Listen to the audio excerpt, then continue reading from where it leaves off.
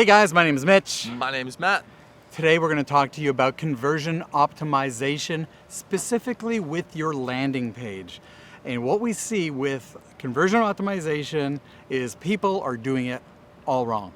Very, very wrong. Very, very, very wrong. I think the main thing that people are doing wrong is they're driving traffic to just a website and not a landing page. That's correct. That's a big one that I see happening a lot. That would be number one for sure. Yeah, and the problem with that, in case you don't know, and many people do it, and it's okay if you don't know this, but when you run ads to a website, a lot of that traffic that you're paying for is getting lost in the website, right? So people are clicking around, and then they go on social media or whatever, and they get lost. The beauty with having a landing page, which is simply just a one-page website, is that you now can control that traffic. It's very simple, and it's selling usually one product or one service. And so it's very specific with the offer, and you can control the traffic.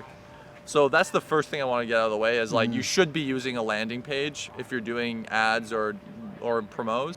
We were just talking about conversion optimization and where it fits into the entire marketing component, but we decided to specifically focus on landing pages. Yeah. And so in comparison, a landing page is exactly that. It's very specific on one item, one service, something that you really want to promote. When you link to a website, what generally happens there is you have a banner that cycles or something, all of your services are listed, you have a blog, you have all this confusing stuff. Yes, that can be optimized for conversions. That is not what we're talking about. Specifically, we're talking about the landing page. So I think one of the tips, the first tip that I have for getting a better converting landing page is to make sure that the headline on the landing page has the service or the benefit in it. You know, a lot of people, they actually don't even put a headline on the landing page. Sometimes too, they'll just put like some random kind of headline that has really nothing to do with the product or anything. So the first thing is put the service or the product or whatever, put that in the headline and then put the benefit in the headline as well, right? So if you're offering a free quote or if you're offering some kind of guarantee, put that in the headline, because when people click the ad, and I assume that the ad is going to say the service, you want to make sure when they click on that ad and they visit the landing page that there's congruency between the offer and the service. Absolutely, and make sure that it's really flashy and neon. I'm just kidding, guys. Seriously, I was like, wait, what? We can get into, and we're going to get to that a little bit later about split testing. But absolutely, definitely put a headline, and please, please, please write it yourself or have Matt do it. Second tip I would say is put freaking testimonials and proof on the landing page. Nobody's going to believe you if you're just saying that you're the best. You have to show other people saying that you're the best. I agree 100%. Didn't you post something like this too at one point? That was like it's sort of like everybody's saying I'm the best, I'm awesome, I've done this and I've done that. But are other people saying that about you? Exactly. Right? It's and like, Matt's got a really unique technique on getting that social proof right away. Because you don't want to wait too long, but you don't want to ask too soon. So I found that the best way to get great testimonials, and most people suck at getting testimonials, by the way, the best way to get great testimonials is when someone gets an amazing result, your client gets an amazing result, or someone's excited, a customer's excited, that's when you ask them for a testimonial. When they get an amazing result, they're excited, they're in that energy, they're feeling it, ask for that testimonial then and there. Because in that moment, what they're thinking to themselves is like, oh my gosh, this is amazing, I just got a result.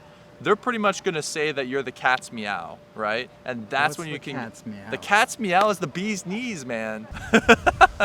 So that's how you get good testimonials is right timing. Yeah, right timing, definitely. But you have a really unique method. And that's the one where you fish for it. Because if your client is pumped, he's getting like results, and right, yeah, you pretty much, well, yeah, if you're running a campaign and you don't ask how it's going, right, you're probably not going to get the responses that you want. So if you just say, if you know the campaign's going well, and then you say, hey, how's the campaign going, how are the leads going, blah blah blah, and they say, oh my gosh, it's going amazing, blah, I got 23 just blah, this blah, week. blah, I got 23 and it's working awesome, blah blah blah, then there you go, there's your testimonial. So that's another way to do it that works well. Both of them work well. Sometimes though, you're like the first method works well because they're in that energy, right? So when you say like, hey, how is it going?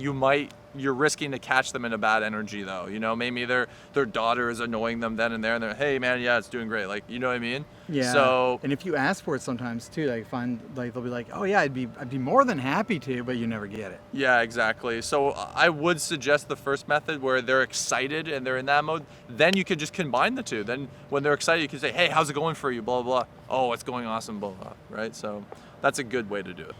Next tip that I have for increasing your conversions on your landing page is to appeal to different personality types. So some people like to pick up the phone and call. Some people like to submit a form, and some people like to chat with someone before that they decide to move forward. So what I suggest you do is you have a phone number that's clickable on the landing page so someone can click it and call. You have a form that someone can fill out and request for the quote or the consultation, whatever it is, and that you have a chat box on there as well so that someone can talk to someone, a real life person, not a freaking bot or whatever, a real life person that they can talk to and that can coax them into giving their information so that they can move forward. So appeal to different personalities because not everyone's the same, and just by doing this, you're going to notice that there's going to be, you know, a group of people who do one type of reach out and then other people are going to reach out differently. So appeal to different personalities, not just one type. Yeah, be accessible. Yeah. Provide a phone number, a form, a contact form, an email address. I'm wary of putting on websites Same. because spam bots. But I mean, put a form, contact form, something simple like that. Put a little chat icon in the bottom. Like, I mean, nowadays it's so simple to get the messenger chat icon. How long does it take to put on, Matt? Like literally 2 seconds. Oh, You yeah. did it in like 1. So it's that simple, right? Yeah. All right. So next conversion tip is assuming that you're running ads from cold traffic, which means people who do not know your business, they see an ad, they click it. The length of your landing page matters. So if the landing page is too long and it's cold traffic, it's going to kill your conversions. If the landing page is shorter and for cold traffic, what I've found personally with my campaigns, it converts better. So one thing that I would say is if you're running ads from cold traffic, make the landing page a little bit shorter. Don't go super long with like, you know, all this information. Be very short, concise, and that's going to really allow people to just quick and easy just see like what it is that you do. It depends on the industry, but what I've found is for the cold traffic, keep it a little bit shorter. We talked about this a few days ago, actually, where, you know, like Sam Ovens, you're talking about, has basically long form posts. All these Facebook ads. And it's like, and it's working, like it's really working well, right? That's because he's already captured that cold traffic. So he's got tons of engagements. He's got a huge list now that he can just retarget to. Yeah, so in other words, his audience now knows him, right? They know him, yeah. They know So, him. but if you're just starting out and you just want to get noticed, something short, something to catch their attention. Video views are huge. You get a ton of, they're not subscriptions, they're called engagements in Facebook. And once you have those, you can just basically start pitching ads. And so the more they see you, they're gonna be like, okay, I'm gonna listen more to this person. Then you can start going longer posts, right? So provide some real good value and go from there. Yeah. And they do work. Yeah, and so when it comes to a landing page, it's the same premise. Like with keep it short, keep it concise, especially cold traffic. You're gonna see a lot more conversions. The next thing that I would say is just make sure that it's freaking mobile optimized. Like make sure that on your phone. I know that's like nowadays in 2019 that's a given, but just make sure on mobile. I don't know. Like apparently not. I don't know, but like I'm shocked. Yeah, if your landing page sucks on mobile, like. What are you doing, bro? Bro, what are you doing, bro? What are you doing, bro? Like, no, but yeah, get it working. Make sure that like when they land on the page and they're on their phone, as soon as they land on it, you can see the call to action where they land. Okay, so that you don't have to scroll down to see the call to action and click it. Make sure when they open their phone and the browser, the landing page loads up, that the call to action with the headline is visible as soon as they land. Because then they're going to see, okay, this is the service, this is the benefit, this is what to do next. I'm gonna click that, I'm gonna get started.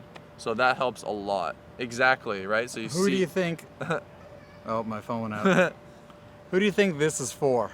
Let's get it. Yeah, click on it. There you go. Right? And we have the form at the bottom. So these are home contractors. And it says discover a proven strategy to get more qualified leads every month without managing anything yourself.